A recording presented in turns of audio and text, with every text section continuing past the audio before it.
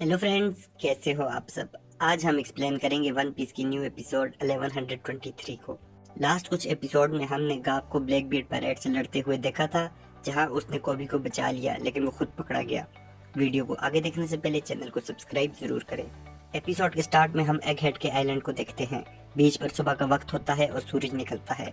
इसके बाद हम बहुत से आइलैंड पर सीगल को उड़ते हुए देखते हैं जो न्यूज पहुंचाने का काम करते हैं, और एक आइलैंड पर कुछ बच्चों को भागते हुए दिखाया जाता है। न्यूज को सब आइलैंड पर न्यूज देना शुरू कर देते हैं। हम एग हेड के फ्लैशबैक में देखते हैं जहां लूफी काइदो को हराने के बाद एग हेड आ गया और वेगापंग ने उससे मदद मांगी है। CP0 भी आइलैंड पर आ जाते हैं और 5 एल्डर्स में से भी सैटर्न आ जाता है। किजारू एरिया में मौजूद सब नेवी शिप को एग हेड पर आने का कहता है। वेगापंग की एक सैटेलाइट यॉर्क ने उसे धोखा देकर वर्ल्ड गवर्नमेंट के साथ हाथ मिला लिया था।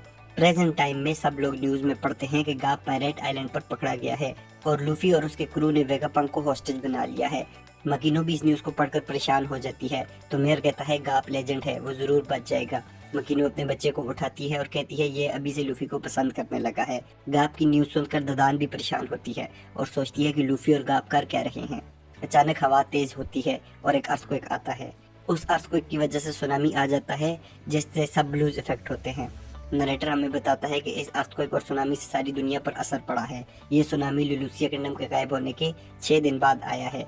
एक नेवी शिप जो वहां पर ही होती है रिपोर्ट करती है लुलूसिया किंगडम गायब हो गई है और उस जगह पर एक बहुत बड़ा हॉल बन गया है जिससे पानी अंदर जा रहा है, और इसी वजह से पूरी दुनिया के समुद्र 1 मीटर ऊंचे हो गए हैं। कंबाका किंगडम में इवानकोव भी परेशान होती है क्योंकि उसके आइलैंड का बीच भी डूब चुका था।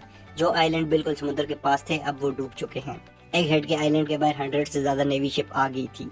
ये एक बस्टर कॉल थी और इसमें 30,000 से ज्यादा सोल्जर्स थे। इन सब सोल्जर्स की कमांड 9 वाइस एडमिरल और एडमिरल किजारू कर रहा था। नेवी की एक शिप पर सी बीस्ट हमला करता है तो किजारू उसे तबाह कर देता है। संतमारू कहता है कि ऐसा मत करो, तो किजारू बोलता है उसने पहले हमला किया।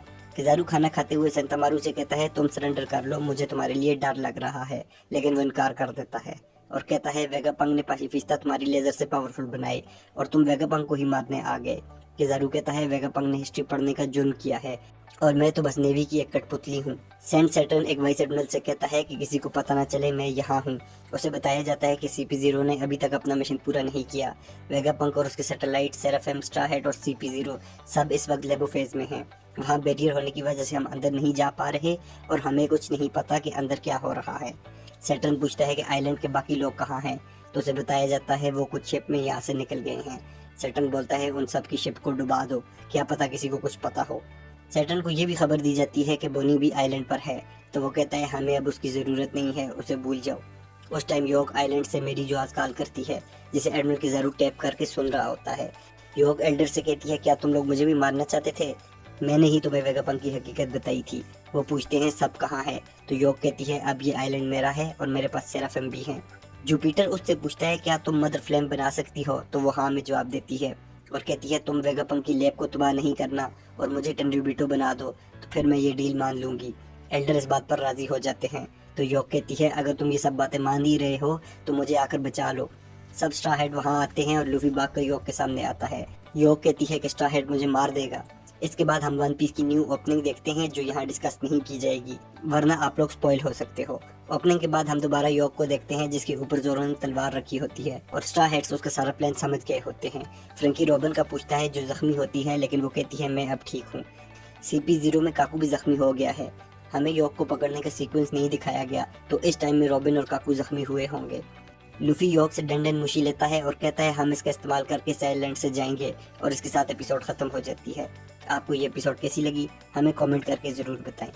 Thanks for watching, please subscribe.